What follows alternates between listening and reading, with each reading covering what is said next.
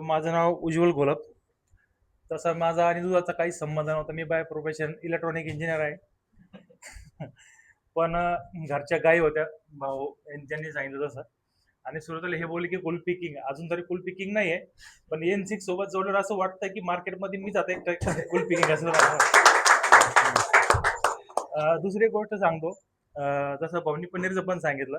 मी पनीरला जास्त विचारच केला नव्हता, कारण भरपूर पनीरवाले बनवणारे झाले होते आणि त्यात म्हणजे जास्त मार्जिन पण उरत नव्हतं. पण ज्या दिवशी आपण पनीर बनवलं त्या दिवशी हा विचार केला की आपण सगळ्यात बेस्ट पनीर बनवणारे आपल्या एरियातले माणसं असणार आहेत, केवळ फक्त N6 मुळे. हा माझा पर्सनल अनुभव. मी कुल्फी शिकण्यासाठी आलो होतो आणि सरांनी जी व्हिडिओ टाकली ती लस्सी बनवण्याची. ऍक्च्युली मी यांचं स्टेबलायझर 1 वर्षापासून वापरतोय N6चं. पण मग माझी वापरण्याची पद्धत चुकत होती. त्या व्हिडिओमुळे माझी ती क्लिअर झाली आणि त्या एका व्हिडिओमुळे मी बाकीचे सगळे जे वापरायचा विचार करतो स्टेबलायझर ते प्रॉपर पद्धतीने जे वापरायचे म्हणून इथपर्यंत आलो.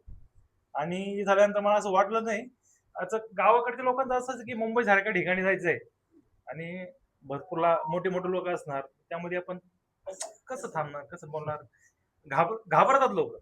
पण इथं आल्यावर काय वाटलंच नाही, म्हणजे ट्रेनिंग म्हणतच नाही, फॅमिली मेंबर सोबत आपण डिस्कस करत होतो, हसी मजाक सुरू होती आणि सरांना त्रास देत होतो 5 दिवस. पण एक मात्र मगाशी सरांनी पण सांगितलं, सरांना एकच प्रश्न 10 वेळांनी तोच प्रश्न विचारला, डाऊट क्लिअर झाला तरी सरांनी परत तोच प्रश्न विचारला, पण सर कधी म्हटलंच नाही की मी आता सांगितलंय. परत त्यांना त्याच संयमाने समजून सांगितलं. एक गोष्ट आवडली.